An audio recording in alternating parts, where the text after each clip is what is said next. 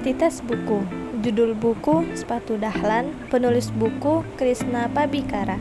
Penerbit buku Naura Books. Kota terbit Jakarta Selatan.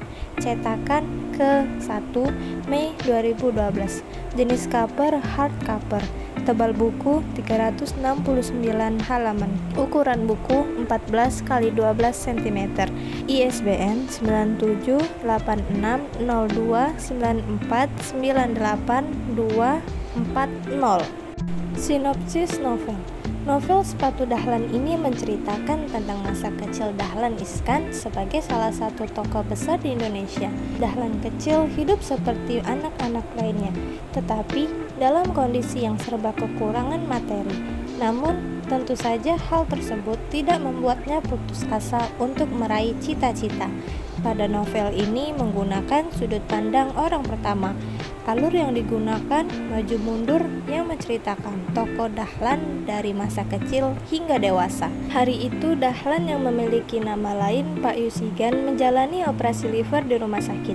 Dia menerima donor liver dari seorang pemuda yang katanya berusia 25 tahun. Dia teringat kembali oleh keluarganya yang meninggal karena mengalami sakit yang sama dan terlambat berobat karena kemiskinan. Di ruang operasi, dia memanggil ibunya sangat kencang. Lalu pada bab selanjutnya mulai menceritakan masa kecilnya Dahlan di sebuah kampung cukup terpencil bernama Kebun Dalem, Magetan. Di sana keluarga Dahlan merupakan warga asli yang miskin, sementara tanah berhektar-hektar tersebut milik warga pendatang. Salah satunya bernama Mandor Komar. Pada tahun 1962, usia Dahlan sudah remaja dan mulai bersekolah. Di kampungnya, anak-anak remaja meskipun miskin tentu wajib sekolah. Mereka akhirnya menerima ijazah sekolah. Bagi Dahlan yang mendapatkan nilai rapot merah sangat sedih karena merasa sudah mengecewakan orang tuanya. Dahlan kecil tidak pernah ada waktu untuk belajar. Setiap harinya setelah bangun, ia menunaikan sholat subuh lalu bersiap berangkat ke sekolah. Sepulangnya dari sekolah, Dahlan kecil bermain, mencabut rumput, serta angon domba.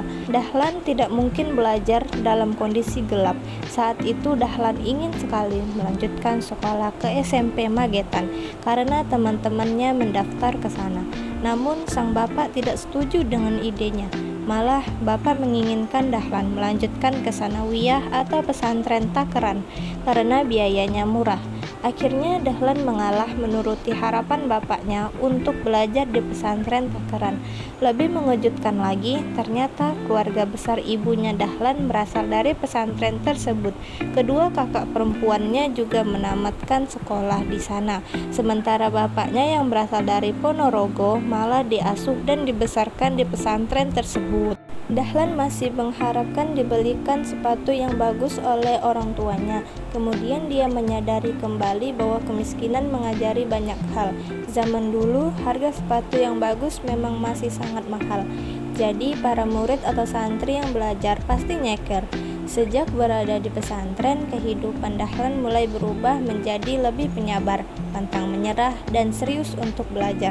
Di sana, Dahlan juga memiliki sahabat bernama Arif, Imron, Kadir, Komariah, dan Fadli.